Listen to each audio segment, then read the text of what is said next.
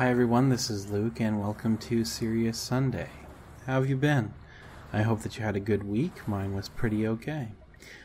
This week I wanted to talk about something that I have not really personally been thinking about a whole awful lot, but have come across on two separate occasions within the course of the last week in the form of a couple of articles about studio closures in the European games market, as a matter of fact. But this is something that's facing much of the games world in the last few years. Those of you who are in the relative know are probably already familiar with the fact that the venerable English studio Lionhead, previously headed by Peter Molyneux, the creators of Black and White and the Fable series, was disbanded maybe about a month ago, a little bit longer than that perhaps. I don't have the date in front of me, but it was in the midst of developing, and actually very close to being able to release, by accounts at the very least, their final project, or what they didn't know was their final project, and ultimately cancelled game Fable Legends. I read an article that talked about just basically the whole history surrounding the Fable Legends in general, and all of the problems that it had sort of from inception all the way through to the time that the studio itself was closed. And it was a very interesting story, and there was a lot of things sort of that I took home from it that, you know, are just sort of important for me as somebody who also sort of works there and is under that sort of a risky sort of environment to know about and to be able to keep my eye on. Fortunately, I'm in a fairly stable situation myself, but yeah, it's a fickle industry. And then yesterday, I want to say, I came across an article about the closure of Two Tribes studios, which are, to me at least, most well known for the creation of the Tokitori series, which is a sort of bird-themed platforming type game, puzzle platformer. And in both instances of these closure announcements, well, Tokitori is closing, Two Tribes is closing fairly soon, and Lionhead closed not so very long ago, but the unifying factor in the closures of these two studios has been the need to, as a studio, change one's business model from the traditional premium pay once and play the game forever model of game distribution to the games as a service, free to play, or at the very least sort of long tail game development setup.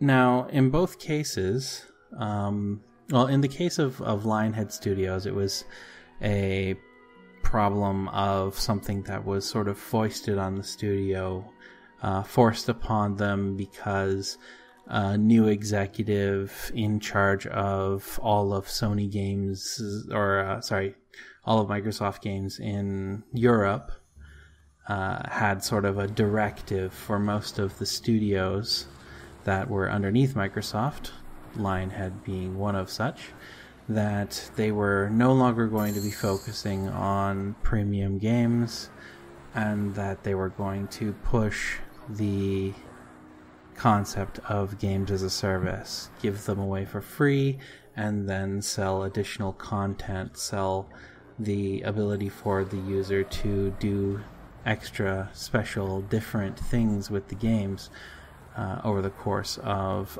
sort of a long tail of game sales and development.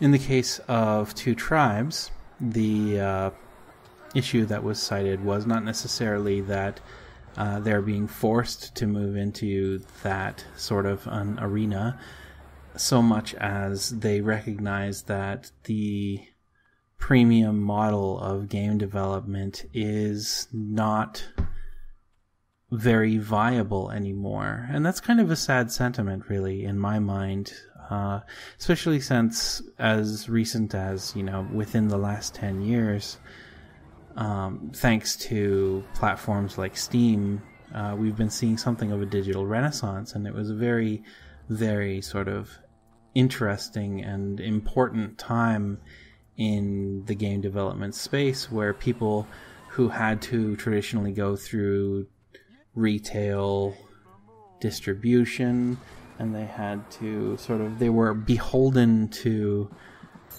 the licensors and the retailers as to what they could create, and whether they could create something small or experimental. Whereas now, thanks to digital distribution and things like Steam and what have you, people are given the opportunity. They're able to do a whole lot of things that they wouldn't necessarily have had the option to do before. But thanks to just the way that the market has continued to trend towards players not wanting to buy products at a premium unless they are full-scale, massive, high-quality AAA titles, it's creating something of a disparity between AAA developers and everybody else, really. AA is kind of just sort of disappearing, so to speak, over time, and the smaller studios are basically only able to turn a profit by doing game development in the free-to-play or at least extremely inexpensive realm. Whereas if you want to charge even something like $20 or more for a product, unless you are a wildly successful indie developer who has sort of the balls, so to speak, to try and push a premium product at that price, and is going to stick to their guns long enough that they don't immediately cave and allow their game to be sold for $1 or $3 or $5 in either a humble bundle or a Steam sale immediately. It's just very difficult for people to stay within that realm, to stick to their guns and continue to make premium games. And so in the case of Two Tribes, they just felt like they couldn't keep up with that end of the market, and they didn't really want to make games like that. And so, although it's sad to see a developer go, if they all mutually decided that the only way that they were going to be able to turn a profit was through making games in a way that they didn't necessarily enjoy, then I fully understand their reasoning, and I wish them all the best as they go forward. I hope that at least a few people in their studio find another studio, if they're still passionate about games, to continue onward and try and sort of continue to make something out of it. And as somebody who's gone from a very traditional industry, I started out in console myself and then moved down through independent gaming on the PC, and now I'm doing mostly free-to-play mobile titles. It is a big transition. It's a difficult transition to make, and in some cases, like the case of Lionhead, that transition can be the death of a studio. That transition can just be so difficult for people to sort of reconcile and to sort of be able to really wrap their heads around and design around, that it can lead to massive problems. One of the problems, really, honestly, that Fable Legends had, according to the document that I read, which is made up of a bunch of sort of quotes from previous Lionhead Studios employees who are anonymously giving information about what they had experienced. They said that nobody in their studio had even done a networked game before, let alone something that was sort of a games as a service type game. And so without that network background, without the experience of having made a multiplayer game in the past, suddenly turning a single player franchise like Fable into a large-scale multiplayer experience, that's a huge undertaking, and it's very difficult, and especially if you don't have people who are already in tune with that kind of gameplay, you're going to have a hard time. And they did. They had a very hard time, and their time was so hard, as a matter of fact, that they were unable to push the project fast enough to appease the overlords, such as it is, that they worked under. And so we've been seeing this interesting trend, tragic trend, really. Interesting is a terrible way to put it. This tragic trend of classic developers who have worked with the traditional form,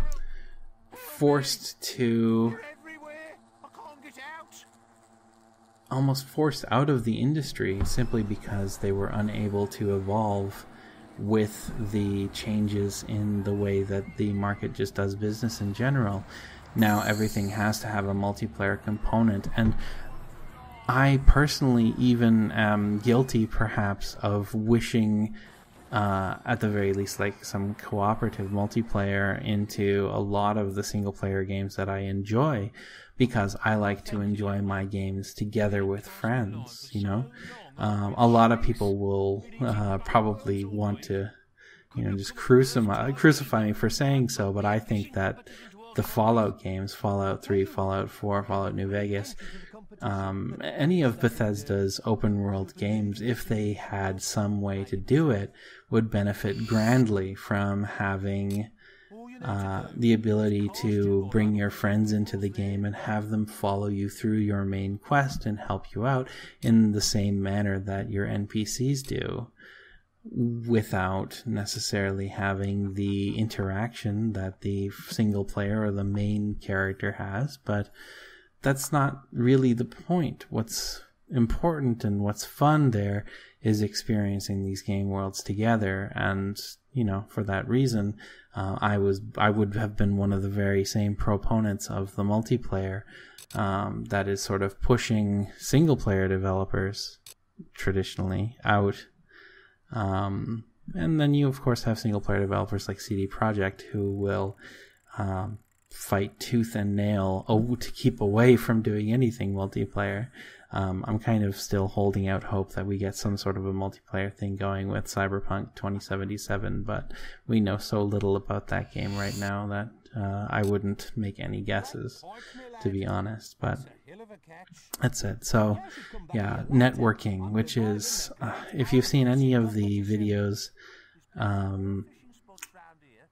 that I've talked about, sort of the value of programmers in a game studio, multiply that value by an order of magnitude if you're talking about network developers, because network developers, server engineers, systems people in that sort of a realm are such a rare and sought after animal, so to speak, in the games industry that it just speaks to the rarity of them. Now obviously they can get better compensation elsewhere, and I've heard from some network developers that I've known in the past saying, server engineering is server engineering. It doesn't matter necessarily if it's for a game or if it's for an enterprise application. At the end of the day, it doesn't feel all that different. I know that some, network engineers, even the network engineer that I work with at my current studio, enjoy games, are passionate about games enough that that's kind of what's really important. And there are definitely things that are transferable, things that are very much ingrained into the way that the game is played. But that said, it is a very important part of these games, these contemporary games particularly, that a lot of studios are struggling with now. Having to move into the free-to-play, having to move into games as a service, dealing with the fact that because you have the free-to-play game, even a single-player experience, quote-unquote, requires things like an internet connection in order to verify player transactions, and also just fitting real money transactions, microtransactions into a game where traditionally you might not even see one. Finding a way to justify that, and so on and so forth, is really, it's something that a lot of developers will have trouble wrapping their heads around, and in some cases just can't keep up with. And that leads to things like studio closures, like in the case of Two Tribes or Lionhead. So that was my 2 cents about that particular issue. It's not really something that I have a solution for, aside from it's just something that we should be thinking about. And for people moving onward and continuing to move forward within the games industry, that's something that is worth keeping your eye out for. These trends, they change so much as you go. So anyway, thank you very much for listening. I hope that this was interesting, if not informative, and I hope that you'll join me again tomorrow for more videos. Thank you very much for listening. Take care.